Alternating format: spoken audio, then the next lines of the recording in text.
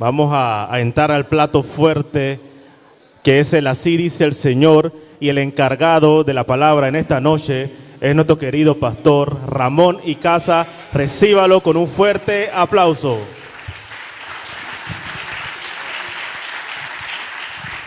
Gloria a Dios. Dele fuertes aplausos a Jesucristo en esta noche.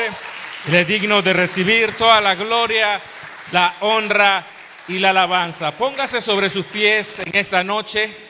Queremos agradecer al liderazgo de nuestra iglesia de la Tierra Prometida, al pastor Víctor Barreno, y al liderazgo en general, que nos permite este privilegio y la responsabilidad de traer el mensaje de la palabra del Señor. Y como siempre a mi esposa, que siempre ora por nosotros para que Dios pueda moverse a través de su siervo, en este caso mi persona. Le damos gracias a Dios por eso. Yo quiero que usted me acompañe en el libro de Números, capítulo 18.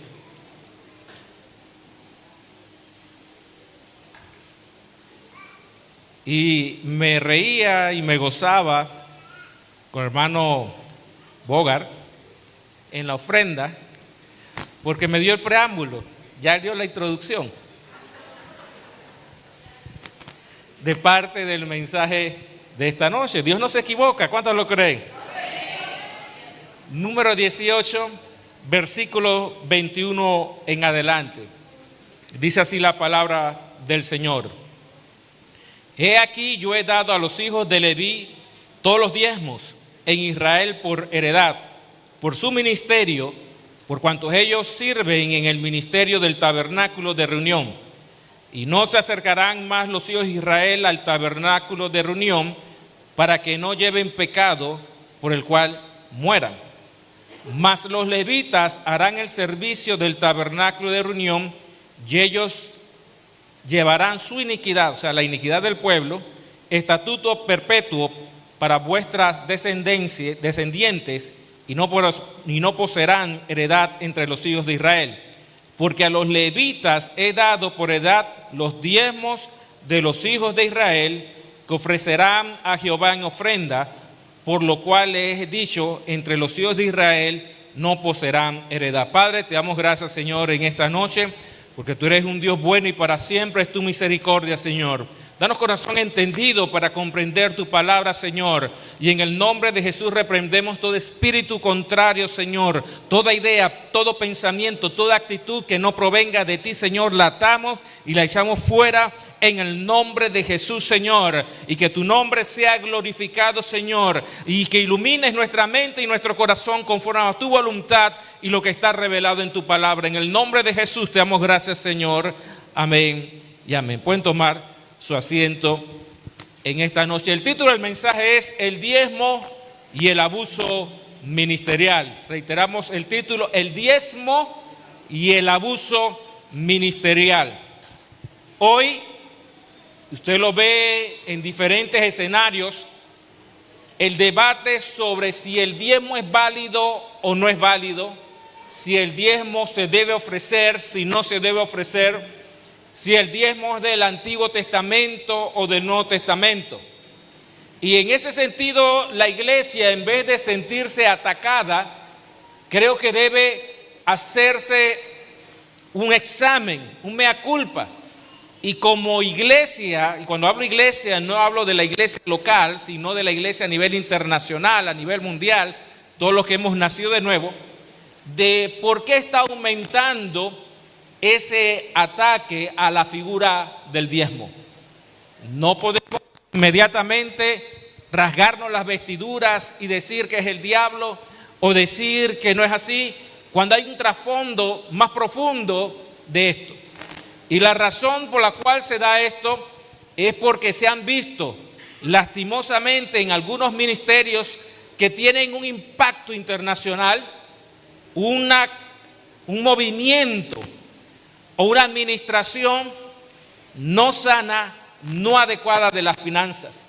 Y las personas se preguntan qué es lo que está pasando y cuestionan legítimamente. ¿Por qué? Porque el dinero representa tiempo de nuestra vida. ¿Cuántos me siguen? Usted y yo alquilamos nuestro tiempo a una empresa o al gobierno y nos pagan por hora o por un tiempo de trabajo. Cambiamos tiempo por dinero. Le quitamos ese tiempo a nuestra familia, al descanso, hasta la obra de Dios. Y eso nos lo retribuyen con un bien económico. O sea que el dinero representa tiempo en nuestras vidas. Y queremos que ese dinero, que sabemos que Dios nos los dio, pero sentimos que nosotros lo trabajamos. No sé si me explico lo que les quiero decir. Sin entrar en mucha espiritualidad, entendiendo claramente que el que provee de todo es nuestro Señor Jesucristo. Pero a ninguno, salvo algunas excepciones y milagros que Dios puede hacer, porque Dios hace milagros económicos, el maná no cae del cielo. Hay que ir a trabajar y buscar el dinero. Tenemos que orar, pero también tenemos que activarnos a buscar los recursos económicos. Entonces sentimos que el dinero es tiempo. Y nos preguntamos cómo se usa. Y cuestionamos en nuestro corazón lo que vemos con algunos ministerios, que obviamente no vamos a nombrar porque nunca es la intención mencionar o atacar un ministerio en particular. Nuestra intención siempre es formar a la iglesia. ¿Cuántos me siguen? Dar la enseñanza bíblica para que entendamos el propósito de Dios y podamos nosotros entonces hacer lo correcto y ser ejemplo a los demás para que también hagan lo correcto. En ese sentido, el ataque al diezmo, ¿a qué es? A un estilo de vida, a una forma de vida que cualquier persona con sentido común cristiano no ve. Eso no puede ser Dios. No tiene sentido. ¿Y cómo se da ese estilo de vida o esa forma financiera? La gran mayoría lo ve que se usan los diezmos para lograr ese estilo de vida, esa prosperidad, pero que no solamente para algún grupo de personas, y la gente cuestiona. Entonces, en esa forma de pensar, el ser humano dice, como tú usas lo que dice la Biblia sobre los diezmos, entonces voy a atacar eso, porque lo que tú estás haciendo mal. ¿Cuántos me siguen? Y eso debemos entenderlo, porque no es un ataque directo al diezmo, sino que a conductas inapropiadas. Y es entonces nuestra labor enseñar lo que dice la Biblia. Si usted lo cree, denle un fuerte aplauso al Señor.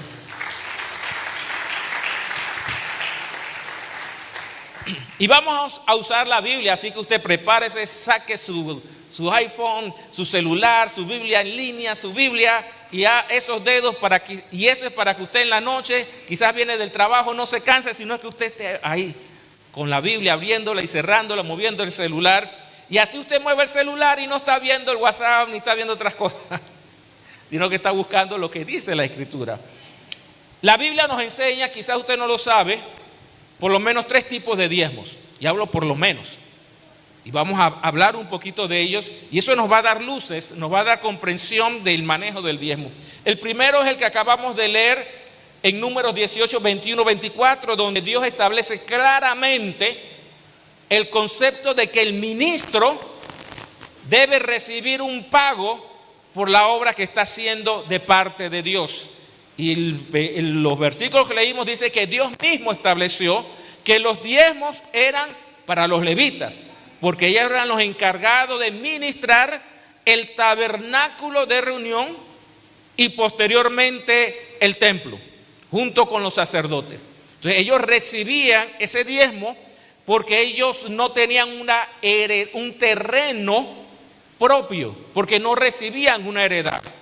Entonces no había una herencia de tierra, porque en aquel tiempo la riqueza se medía más por la tierra que uno tenía y los bienes agrícolas, que es diferente a la forma de medir las riquezas hoy en día. Entonces ellos no tenían tierra, o sea, no tenían ese bien que el día de hoy, si usted ve ahora en el canal de Panamá con la ampliación que van a hacer en Río Indio la presa, lo primero que están haciendo es darle título de propiedad junto con el gobierno a las personas para que tengan un respaldo legal y también puedan ellos recibir algo económico, los que son afectados. O sea que la tierra tiene un valor y los levitas no tenían tierra.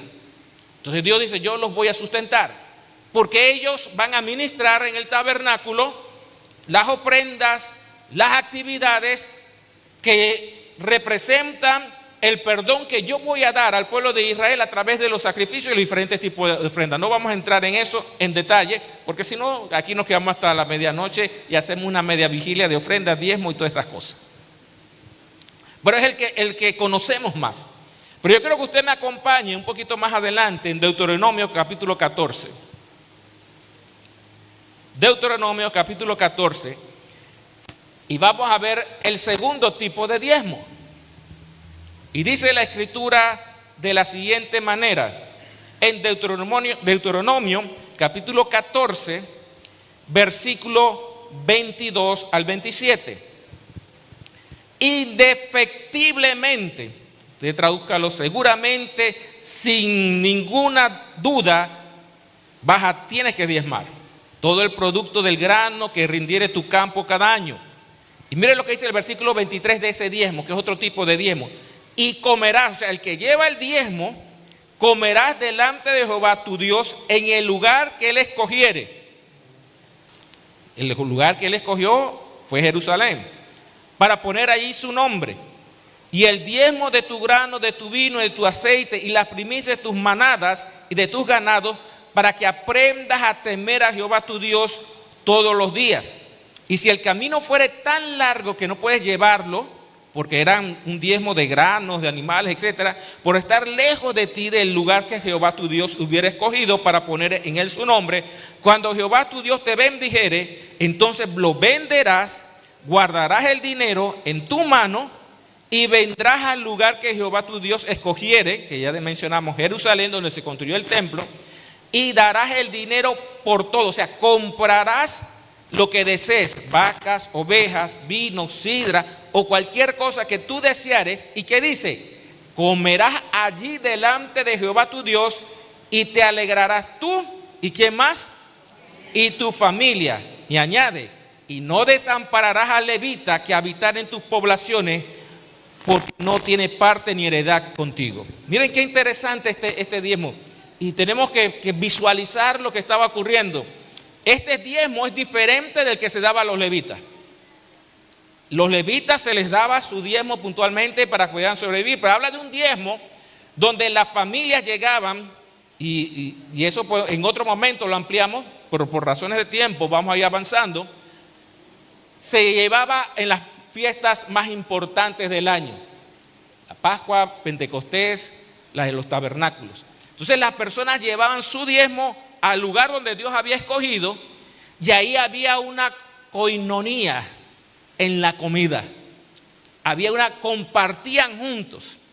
Y de repente alguien, cuando lee esos versículos, alguien que está fuera de la línea de Dios dirá: entonces el diezmo me lo puedo comer. Alguno puede pensar así. No, eso no es lo que está diciendo la Biblia, porque la Biblia no le está diciendo a ellos que el diezmo te lo comas en tu casa. Le está diciendo: llévalo al lugar donde yo he puesto mi nombre. Llevarlo a Jerusalén, llevarlo a ese lugar donde es invocado mi nombre, y en ese lugar comparte. Es como Dios diciéndole la salvedad: en este tiempo hay que seguir trayendo los diezmos. ¿A dónde? A donde Dios se manifiesta. ¿Y dónde Dios se manifiesta? Aquí en su casa. Entonces usted tiene que traerlo, pero ese diezmo tenía un fin: coinonía, comunión con Dios y con los demás. Entonces cuando vamos viendo los principios bíblicos del diezmo, entonces yo me doy cuenta que la Biblia me enseña que el diezmo es para sustento de levita, pero también para que haya ¿qué? Comunión en el cuerpo de Cristo. ¿Por qué usted cree que en esta iglesia a veces, cuántos han comido alguna vez algo y no han pagado un centavo en esta iglesia? ¿Cuántas actividades se han hecho con los ancianos, con los niños y otras fiestas especiales que se hacen, y usted va y come? ¿Cuánto? Ahí se está usando el diezmo conforme a ¿qué? A lo que dice la Escritura. Es lo que enseña la Escritura. Pero usted no ve que estos los enseñan por ahí. Estas cosas no las enseñan. Yo no sé si es por ignorancia o intencionalmente quieren eliminar ciertas cosas, pero ya estamos viendo 2 diezmos. Hablamos de 3, por lo menos. Y vamos a analizar el tercero. Ahí mismo en Deuteronomio, el mismo capítulo 14, del versículo 28 en adelante dice: al fin de cada 3 años, ahora este es otro tipo de diezmo, sacarás todo el diezmo de tus productos de aquel año y lo guardarás en tus ciudades. Mire, no lo vas a llevar ahora. Ahora lo vas a guardar ¿dónde? en tus ciudades. Pero lo vas a hacer cada ¿qué? 3 años. ¿Para qué? Y vendrá el levita, que no tiene parte ni heredad contigo. ¿Y quién más? El extranjero. ¿Y quién más? El huérfano y la viuda, o sea, las personas que tenían carencias. Dice, que hubieres en tus poblaciones y ellos comerán y serán ¿qué? ¿Para qué? Para que Jehová tu Dios te ¿qué? En toda obra que tus manos hicieren. Y yo tengo que decirlo, obviamente eso no se publica, pero esta es una iglesia que ayuda socialmente y ha ayudado a mucha gente, pero eso no se va a decir, ni tiene por qué decirse, por razones obvias. Pero es algo que se hace. Entonces aquí vemos 3 tipos de diezmo. Entonces cuando uno lee la Biblia aprende algunos principios, y eso es para los que nos ven en las redes sociales, los que nos ven en YouTube más adelante, los ministros que están creciendo, que no se dejen llevar por esa ola de que el diezmo es 100%. Espérese, la Biblia habla de un componente de comunión y un componente de justicia social al necesitado. De usar correctamente esos principios en los cuales las personas diezman a la iglesia. ¿Cuántos me siguen? Y cuando vamos comprendiendo esto, entonces los responsables, los que en algún momento Dios los pueda poner o nos tienen en un lugar de responsabilidad financiera, nuestra mente se abre espiritualmente para entender cómo administrar los recursos de Dios como buenos siervos fieles de los recursos que Dios da a la iglesia. Pero cuando no entendemos esto, entonces nos vamos con la idea de solamente un tipo de diezmo. Pero usted observe que en los 3 tipos de diezmo, en todos Dios siempre dice, no desamparás ¿a quién? Al levita. En los 3. Dios hace énfasis en eso. Por alguna razón. Porque los que ministran en las cosas del altar es necesario que tengan ese sustento y esa tranquilidad emocional y mental. ¿Cuántos creen que cuando no hay plata hay estrés? Yo me hubiera preguntado. Ahora usted se imagina a alguien sirviendo a Dios con el peso de la iglesia, de la congregación, de los problemas, y adicionalmente el peso de que no hay. No es justo, no es correcto. Inclusive, para que tengamos una idea, Flavio Josefo, que es un historiador judío posterior a Cristo, dice en uno de sus escritos, además de aquel diezmo que ellos pagan a los levitas, cada año traen otro y lo gastan en banquetes religiosos, excepto en el 3er año, el cual se da a los pobres. O sea, hay una costumbre judía que hablaba de estos 3 diezmos. En la Mishnah, en el Tratado Masorético y en la Masar Sheni, que son, por decir así, explicaciones de los rabinos sobre las leyes de Israel, dice que había 3 diezmos. El Maser Rishon, que es el primer diezmo para los levitas. El Maser Sheni, el segundo diezmo que se comía en Jerusalén. Y el tercero, el Maser Ani, el diezmo de los pobres cada 3er y 6º año. Ya entendemos ahora que hay cuántos tipos de diezmos por lo menos. Y eso ya nos abre la mente para entender el principio, sostenimiento de los hombres y mujeres de Dios, comunión y sustentar al necesitado. Entonces, ya cuando yo como ministro, usted como ministro, si en algún momento Dios nos llama, porque en esta iglesia son la mayoría de los que sirven aquí, no estamos tiempo completo, seguimos trabajando hasta que Dios lo permita o hasta que Dios diga. Pero una persona que está 100% en la obra ministerial necesita un sustento para tener ¿qué? Esa tranquilidad y servir a Dios con libertad. Pero cuando uno administra dinero de la iglesia, entonces uno debe estar claro. Hay una para el sustento, otro de comunión y otro para los más necesitados. Si usted lo cree, denle un fuerte aplauso al Señor.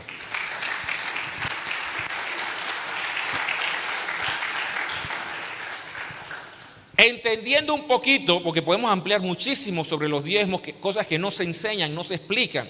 Y como no se enseñan y no se explica, la gente no comprende los principios de la Biblia acerca del diezmo y cómo manejarlos y cómo administrarlos.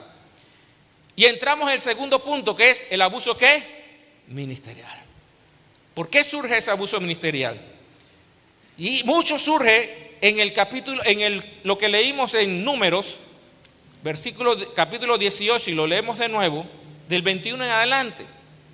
Porque el versículo dice en el versículo 21 de Números 18, he aquí yo he dado a los hijos de Leví todos los diezmos en Israel por heredad, por su ministerio, por cuanto ellos sirven en el ministerio del tabernáculo de reunión.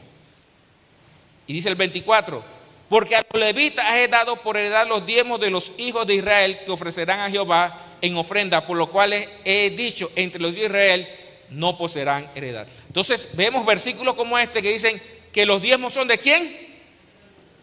Y venimos algunos por ignorancia y otros por otra intención. La Biblia dice que los diezmos son de los levitas. 100% de los diezmos son de los levitas. Y cuando uno trata de explicarle los principios que enseña la Biblia sobre el diezmo, dice, no, porque la Biblia dice que los levitas 100%. ¿Cuántos me siguen? Y a veces tomamos posiciones radicales en un pasaje de la Biblia sin buscar todo lo que la Biblia dice de ese tema. Y es nuestra labor enseñar a la iglesia todo el consejo de Dios. Y en esa radicalización es donde comienza la tentación del abuso ministerial que vamos a hablar. Porque el abuso ministerial empieza con ese concepto de que el 100% del diezmo ¿de quién es?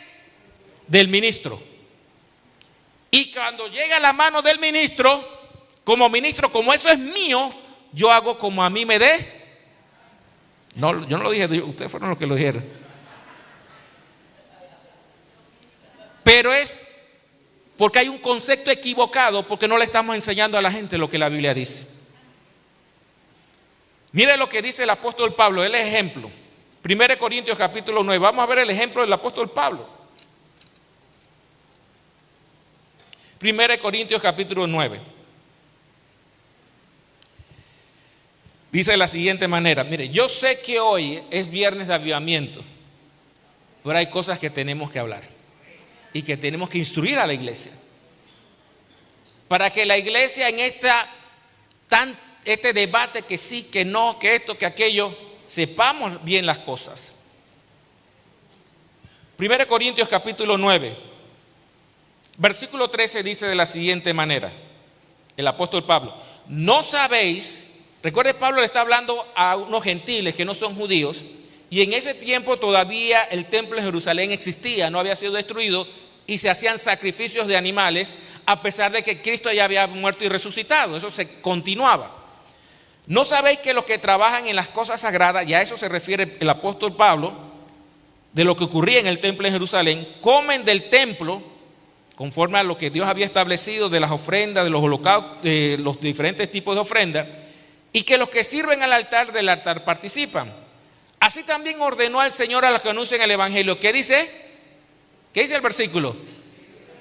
Que vivan del Evangelio. O sea, Pablo reconoce este principio.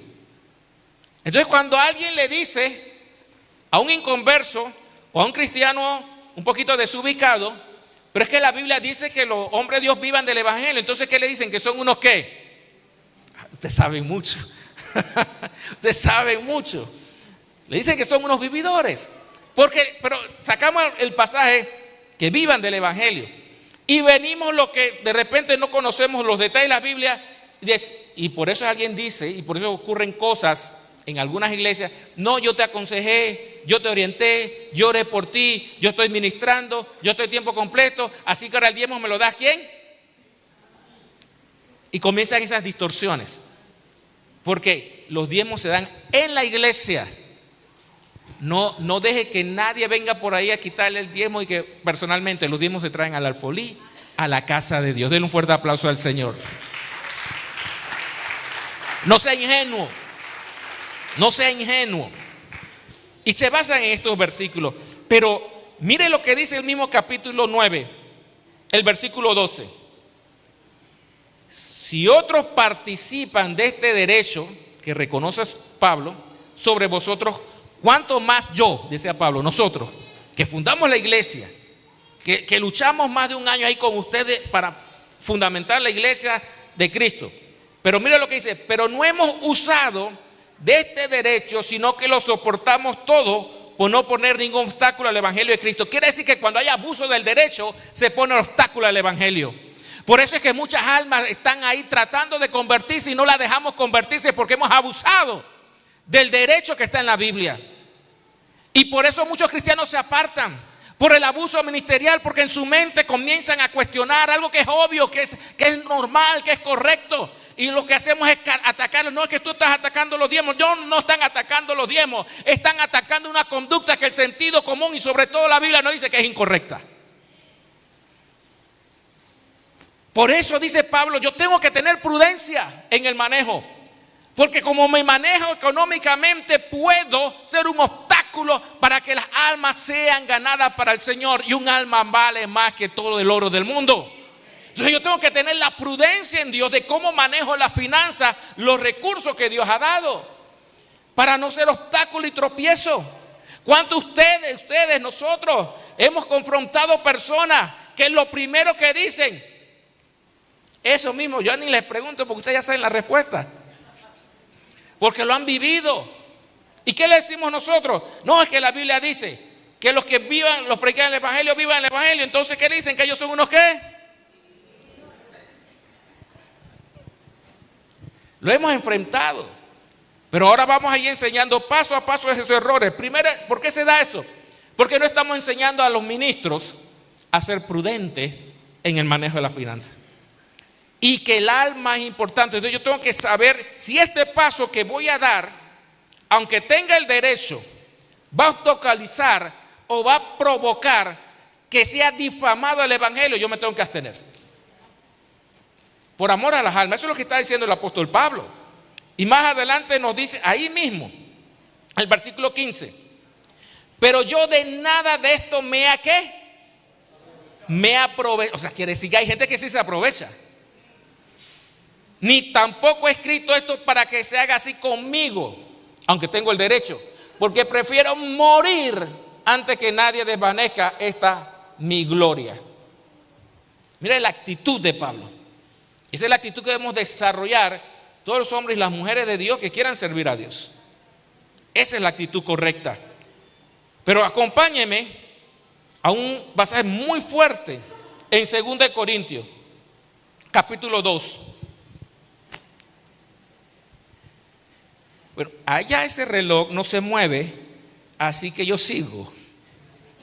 Algo le pasó a ese reloj allá y Dios detuvo el sol allá en Hawái y la luna acá en Panamá.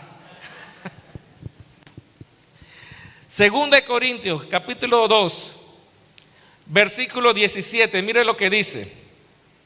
Al apóstol Pablo hablando a la iglesia en Corinto nuevamente.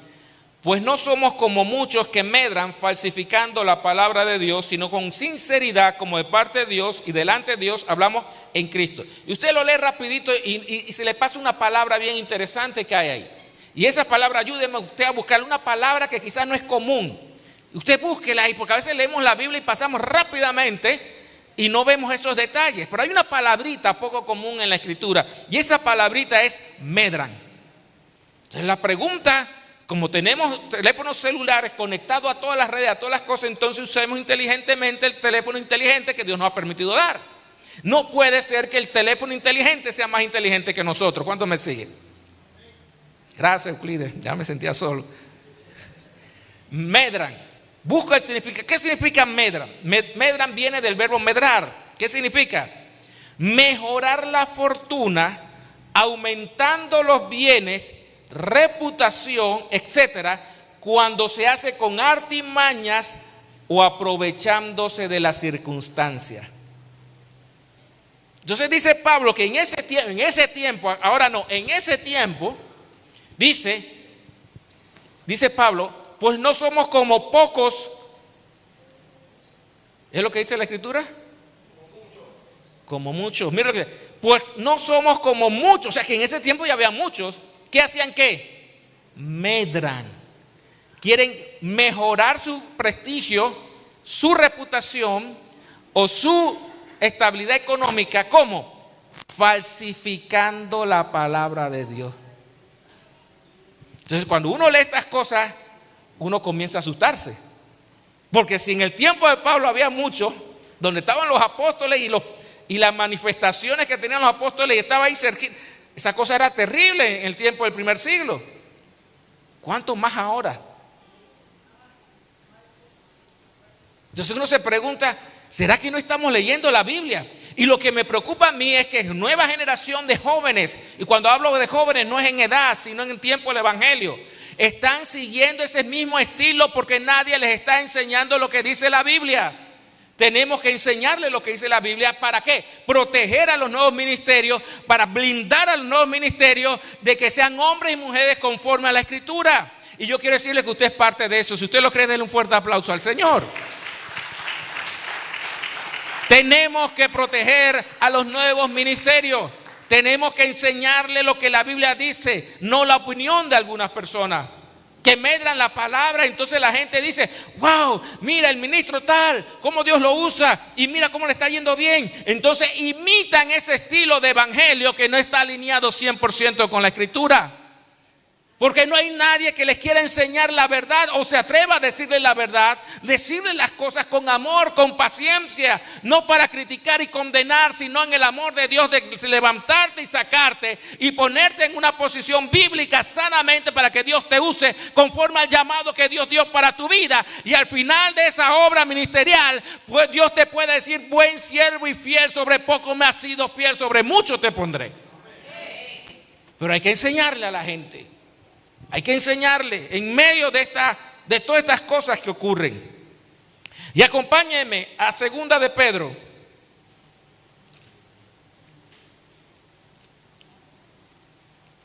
Segunda de Pedro, capítulo 2.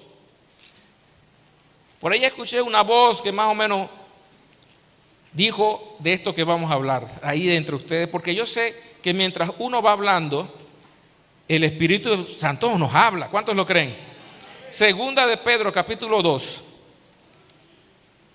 Y leemos del versículo 1 en adelante. Pero hubo también falsos profetas entre el pueblo, como habrá entre vosotros falsos maestros. Eso no lo podemos evitar. Eso va a ocurrir siempre. Ocurrió en el tiempo de los apóstoles y va a ocurrir hasta que Cristo venga. No se ponga a pelear contra eso, porque eso va a pasar. Lo que tenemos que es enseñar lo correcto y que la iglesia pueda discernir que sí y que no. Tengan madurez. Por eso dice la Biblia que Dios entregó a la iglesia apóstoles genuinos, profetas, maestros, evangelistas y pastores. ¿Para qué? Para la edificación del cuerpo de Cristo, hasta que todos lleguemos a la estatura del varón perfecto, para que no seamos movidos por cualquier estratagema de hombre y con las doctrinas de error nos alejen de las cosas que Dios tiene para nuestra vida. Entonces Dios dio ministerios para eso. Dice, pero hubo también falsos profetas entre el pueblo, como habrá entre vosotros falsos maestros, que introducirán encubiertamente herejías destructoras. Y en un caso extremo, aún negarán al Señor que los rescató, atrayendo sobre sí mismos destrucción repentina. Y muchos, iglesia, no seas tú uno de esos muchos. No seamos uno de esos muchos. Dice, y muchos seguirán sus disoluciones, por causa de los cuales el camino de la verdad será ¿qué? Ahora usted entiende por qué la gente comienza, por qué les digo que cuando no administramos correctamente, estamos cerrando la puerta del evangelio a mucha gente. Porque entonces la gente comienza a blasfemar el camino de la verdad. Y eso es un instrumento del diablo para endurecer el corazón de los inconversos y no vengan a recibir a Cristo Jesús, sean libertados del poder de las tinieblas.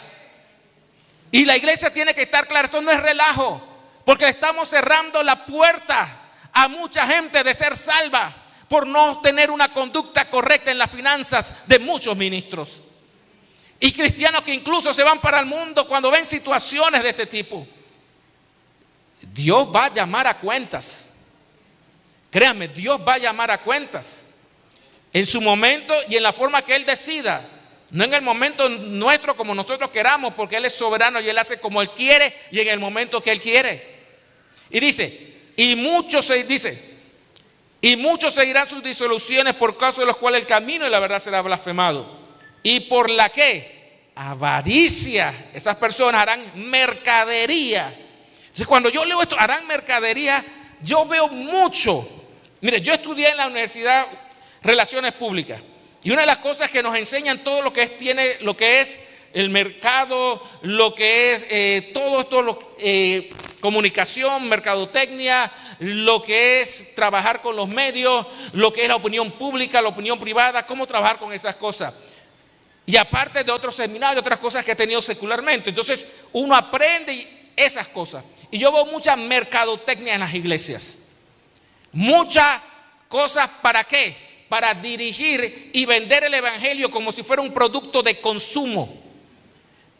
Y la gente paga por consumir el producto en vez de entregar su vida para ser transformado. Y es una diferencia enorme. Nosotros tenemos que enseñar a la gente que el evangelio no es un producto que tú pagas para recibir un beneficio. Es una vida de entrega y transformación de Dios que comienza de lo más profundo por el poder del Espíritu Santo. Pero cuando tienes un producto de mercadotecnia, Dios te dice, es que en el evangelio vas a tener prosperidad, en el evangelio te van a arreglar los problemas del evangelio, Dios te va a dar bendición. Todo eso es verdad, pero hay un pero. También la Biblia dice que va a haber aflicción. También la Biblia dice que hay que pagar el precio. También la Biblia dice que hay que llevar la cruz. También la Biblia dice que seremos vituperados por causa de su nombre. La Biblia también nos habla de esa parte y no la queremos enseñar en las iglesias. Porque no es un producto comercial. La gente no viene cuando tú le dices vas a sufrir. Por eso unos dicen por ahí para de sufrir.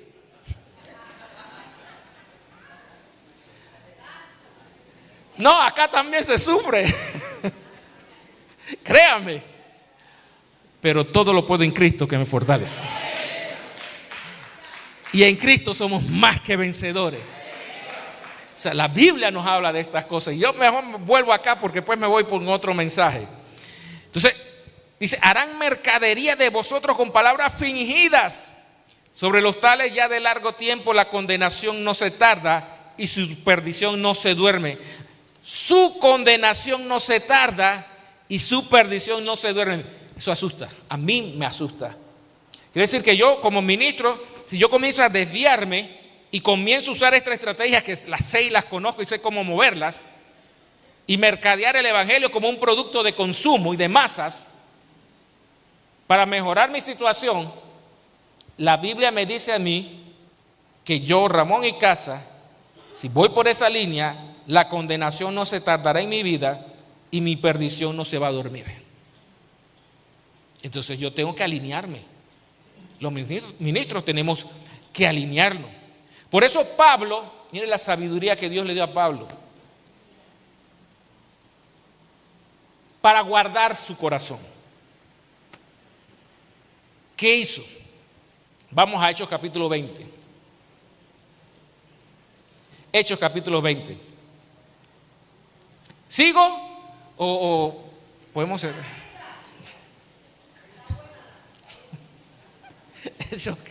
Hechos capítulo 20. Versículo 32.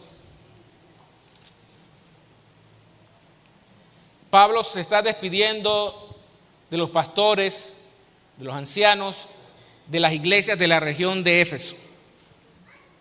Y dice el versículo 32, y ahora, hermanos, os encomiendo a Dios y a la palabra de su gracia, que tiene poder para sobreedificarnos. La palabra gracia es poderosa, tiene poder para sobreedificaros y daros herencia con todos los santificados. Mire lo que dice Pablo, ni plata, ni oro, ni vestido de nadie, ¿es qué? Codiciado. Antes vosotros sabéis que para lo que me ha sido necesario, a mí y a los que estaban conmigo mientras yo les predicaba el evangelio y fundaba las iglesias en la región de Éfeso, estas manos me han servido. En todos he enseñado que trabajando así se debe ayudar a los necesitados y recordar las palabras del Señor Jesús que dijo, más bienaventurado es que por toda la Biblia dice, tienes que fajarte trabajando. Y el apóstol Pablo, teniendo derecho de recibir, y él en algunas ocasiones sí recibió ofrendas y no trabajó para predicar, pero en algunas ocasiones él dijo, por amor a la iglesia y para no ser obstáculo al evangelio, yo prefiero seguir ¿qué? Trabajando con ¿qué? con mis manos para no ser gravoso a nadie y no ser tropiezo para nadie. Y entonces ahora Pablo, cuando se despide, dice: a ustedes yo no les pedí nada, ni ninguno de ustedes me mantuvo. El que me mantuvo fue Dios, y que me permitió trabajar con mis manos. Y no codicié su carro, su casa, su plata, su chalet, su casa de la playa, su apartamento, nada. Por eso tenía autoridad espiritual. Él se sabía manejar.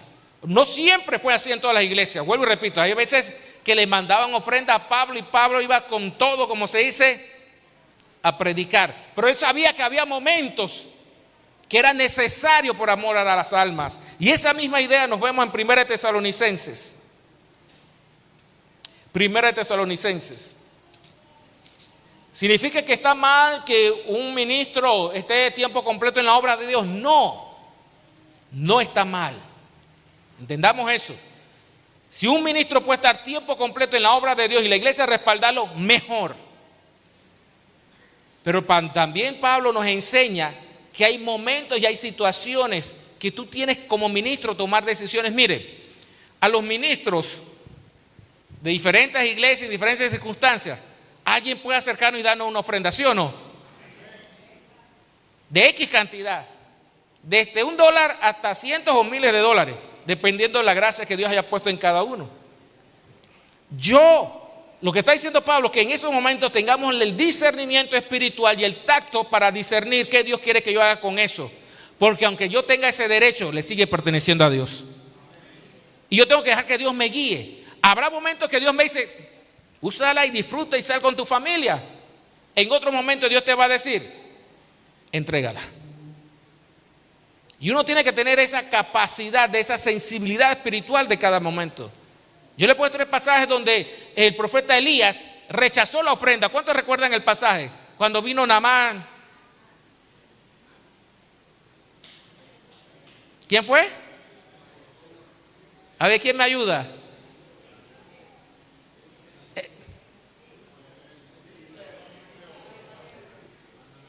¿Quién fue el que vino? ¿Qué tenía él? ¿Y qué traía? Mucha. ¿Y qué dijo el profeta? Pero usted sabe que más adelante le vinieron al profeta con camellos y él sí recibió la ofrenda. Usted lo ha leído, lo que pasa es que no se acuerda. El mismo profeta que rechazó una ofrenda, en otra circunstancia le vinieron con camellos de nuevo. ¿Y en ese momento qué? ¿Cuál es la diferencia? Saberse dejar guiar por el Espíritu Santo. Porque Él sabe lo que está ocurriendo. Entonces, en Colosenses, capítulo 2, versículo 9, dice el apóstol. Y tranquilo, cuando yo diga estoy terminando, es una vez y ya. Estamos cerca, pero todavía no lo voy a decir. 2:9 dice de la siguiente manera. 1 Tesalonicenses, capítulo 2, versículo 9. Porque os acordáis, hermanos, de nuestro trabajo y fatiga, como trabajando de día y de noche y de día, para no ser ¿qué?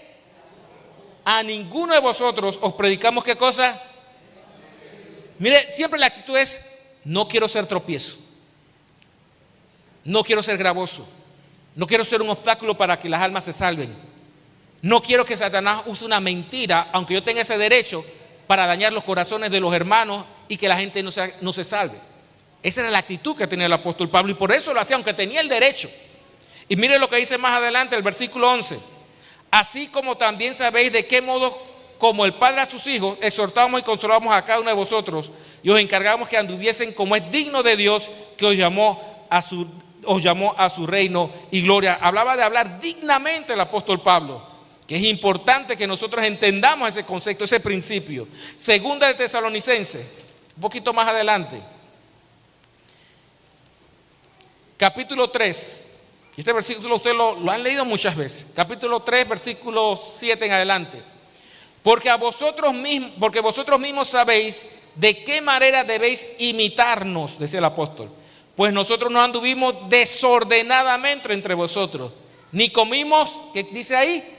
De balde, el pan de nadie. O sea, no íbamos a la casa de que yo soy siervo, tiene que darme comida, dámelo. No, nada de esas cosas. Mira, el apóstol es claro. Dice, ni comimos de balde el pan de nadie, sino que trabajamos con afán y fatiga día y noche para no ser ¿qué? Mire, la idea ahí se mantiene. A ninguno de vosotros, no porque no tuviésemos ¿qué? Derecho. ¿Y usted entiende la actitud del apóstol? Yo tengo el derecho, pero me lo voy a negar para no ser tropiezo, para que el diablo no te tiente, para que Satanás no te destruya, para que en tu debilidad no seas apartado de la fe. Pablo le importaban más las almas que el derecho, y ahí es donde quería llegar. Las almas son más importantes que el derecho.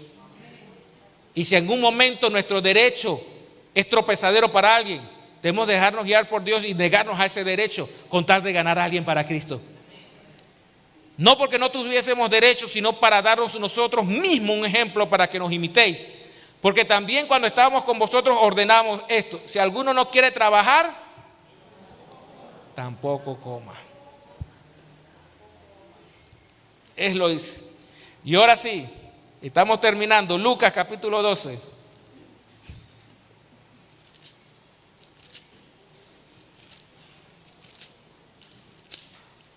Lucas capítulo 12, versículo 42.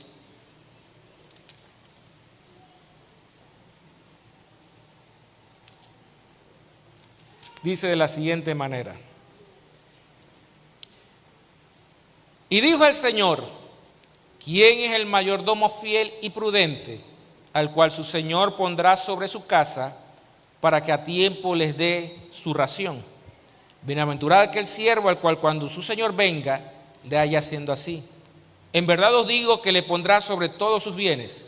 Mas si aquel siervo dijera en su corazón, mi Señor tarda en venir, y comenzara a golpear a los criados y a las criadas, y a comer y a beber y a embriagarse, vendrá el Señor de aquel siervo en el día que éste no espera y a la hora que no sabe, y le castigará duramente y le pondrá con los infieles. La imagen que pone el Señor es la siguiente: ¿quién es el mayordomo fiel y prudente al cual su Señor pondrá sobre su casa? La parte final dice, para que a tiempo les dé su ración. Porque el que administraba una finca, para traerlo al tiempo de ahora, tenía que administrar los recursos, pagarle al jornalero, pagarle al que hacía esto, alimentar el ganado, comprar el abono, la semilla para la siembra, ración, administrar los recursos. Pero dice la Biblia que si aquel que Dios puso a administrar sus cosas, Cristo no viene, esto es mío, yo tengo derecho si estoy administrando, y comienzo a abusar del derecho. Dice que vendrá el Señor a la hora que éste no piensa, lo castigará duramente y lo pondrá con los infieles. Cuando yo analizo la Biblia, yo veo repetitivamente que cuando alguien anda mal, un ministro anda mal, Dios no le baja el hacha inmediatamente. Dios trata con esa persona, y si la persona sigue, Dios lo deja seguir. Aunque sigas, puede hacer señales, puede hacer milagros, puede manifestar dones, Dios lo deja. Pero cuando viene el final, viene el estrellón. Y allí será el lloro y el crujir de dientes. ¿Y por qué les hablo así? Para que tengamos temor. Porque a veces nosotros vemos gente que aparentemente está haciendo cosas mal, aparentemente porque no, hay cosas que son más obvias, otras no son tan obvias. Y queremos que Dios haga ¿qué? No, tranquilo. Todo eso Dios permite que pase. Porque el ser humano tiene la capacidad de elegir. Y tiene que haber lo bueno y tiene que haber lo malo. Por eso Dios puso en el huerto del Edén un árbol para que el hombre tuviera la opción de ¿qué? Elegir. Dios siempre da la opción de elegir. Y los diezmos tenemos que entender que aunque Dios lo da a los ministros, siguen siendo de Dios. No dejan de ser de Dios. Y como recurso de Dios tenemos que administrarlos correctamente conforme a los principios que están en la Escritura. ¿Para qué? Para que Dios cuando venga porque lo hemos manejado con prudencia, con fidelidad y con temor de Dios, Él nos diga: buen siervo fiel. Y yo aconsejo a la iglesia: nunca deje de diezmar. Y los que nos ven por las redes sociales o por YouTube o cualquier plataforma, si usted está en una situación de que usted ve un comportamiento inapropiado, no por un bochinche, no por una rebeldía, sino comprobado, las evidencias están, usted no deje de diezmar. Pero usted puede decidir si busca un lugar donde se predique la sana doctrina, donde haya hombres y mujeres fieles en la administración de los recursos de Dios. Usted puede decidir eso. Es su decisión. Y cuando entendemos esto, vamos a poder explicarle a la gente. Y cuando la gente se le explica correctamente, el corazón se abre y destruimos el arma de Satanás que está utilizando para cegar el entendimiento de los incrédulos para que no vengan al evangelio, porque dicen que los pastores son unos aprovechados y unos vividores. Pero cuando usted conoce la palabra y una iglesia que practica la palabra, rompemos con esa malicia y el diablo no puede agarrar por ahí y las almas se salvan para la honra y la gloria del Señor. Póngase sobre sus pies.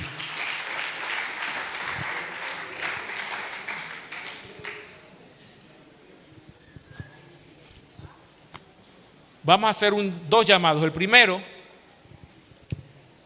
si hay alguien que quiera recibir al Señor, creo que me parece que todos son cristianos, pero no lo sabemos. Y el segundo llamado, porque quiero orar para bendecir y para que Dios, escuche bien, Dios abra nuestro entendimiento y trabaje en nosotros para eliminar las cosas que no nos permiten recibir iluminación y comprensión de la Escritura. Repito, vamos a orar para que Dios, y prepárese porque Dios va a actuar. Si usted va a pedir eso, Dios va a actuar. Y cuando Dios va a actuar en usted, significa que puede que vengan cosas que no le va a gustar. Y esas cosas son necesarias para quitar cosas que no nos dejan ver lo que está en la Escritura. Recibir la iluminación y comprensión de la Escritura. Dios tiene que tratar con nosotros. Por eso es que a veces nos pasan cosas que no entendemos. Es Dios tratando de quitarnos cosas que no nos dejan ver las cosas que Dios tiene para nuestra vida en su palabra. Pero la iluminación y la comprensión de la Escritura es para toda la iglesia. Usted tiene derecho a tener revelación, comprensión, iluminación de este libro para bendecir su vida y bendecir a los demás. Si hay alguna persona que quiera aceptar a Jesús como su Salvador, este es su momento, ese es el momento de recibirlo. Nosotros siempre vamos a orar, porque hay gente que nos ve en las redes y usted no sabe el impacto que está haciendo los mensajes en las redes, ya sea en vivo o posteriormente. Por eso tenemos que orar por la salvación de las almas.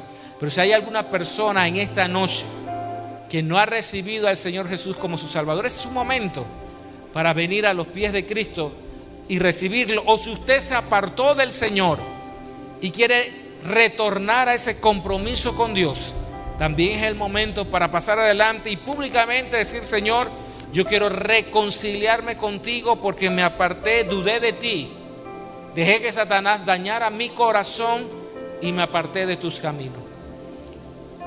Si hay alguna persona en esta noche, o ahí mismo, inclinemos todos nuestros ojos, cerremos nuestros ojos todos. Padre, te damos gracias, Señor, en esta noche, porque tú eres Dios bueno y para siempre es tu misericordia. Padre, en este momento te pedimos por cada persona en este lugar, Señor, y los que nos ven, ya sea en vivo o posteriormente, Señor. Padre, oramos para que ellos repitan esta oración con nosotros. Señor Jesús, en esta noche, día o mañana, vengo delante de ti, reconozco que soy pecador. Me arrepiento de mis pecados. Te entrego mi vida completamente para que tú la cambies. Perdóname por ser desobediente a tu palabra. por ser desobediente a tu llamado, por vivir la vida a mi manera. Hoy me rindo a tus pies y te reconozco como mi único y suficiente Salvador. Escribe mi nombre en el libro de la vida y permite que yo persevere en tus caminos todos los días hasta el fin del mundo. Te acepto como mi Señor y mi Rey en esta vida y por la eternidad. Damos gracias, Jesús. Amén y amén. Denle un fuerte aplauso al Señor.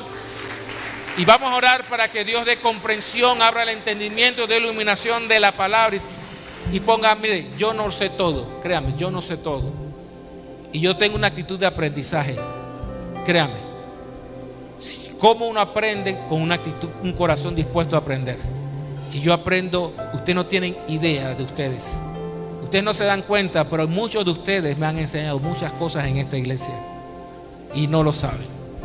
Con su comportamiento, con su testimonio, con su forma de ser, con sus palabras, no solamente con las prédicas y las enseñanzas, porque yo he aprendido que para crecer en Dios hay que tener un corazón dispuesto a aprender y ser enseñado. Así que vamos a orar por aquellos que quieran.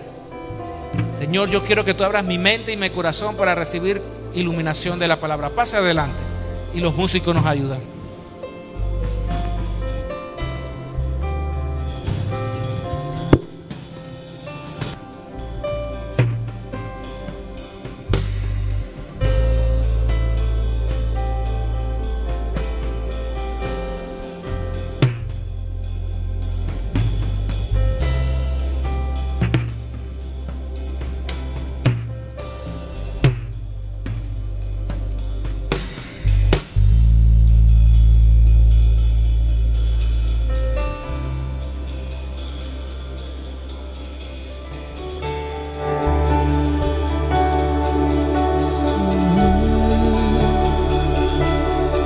Jesucristo, reinas con poder, soberano, victorioso Rey. Ni la muerte pudo detener tu poder para vencer. Jesucristo, reinas con poder, soberano, soberano, victorioso Rey. Ni la muerte pudo detener tu poder para vencer. Dios de lo imposible, te adoramos. Eres invencible, soberano, tuya es toda la gloria, tuyo es todo el honor. Dios, Dios de lo imposible, te adoramos. Eres invencible, soberano, tuya es toda la gloria, tuyo es todo el honor. Jesucristo, reinas con poder, soberano, victorioso Rey. Ni la muerte pudo detener tu poder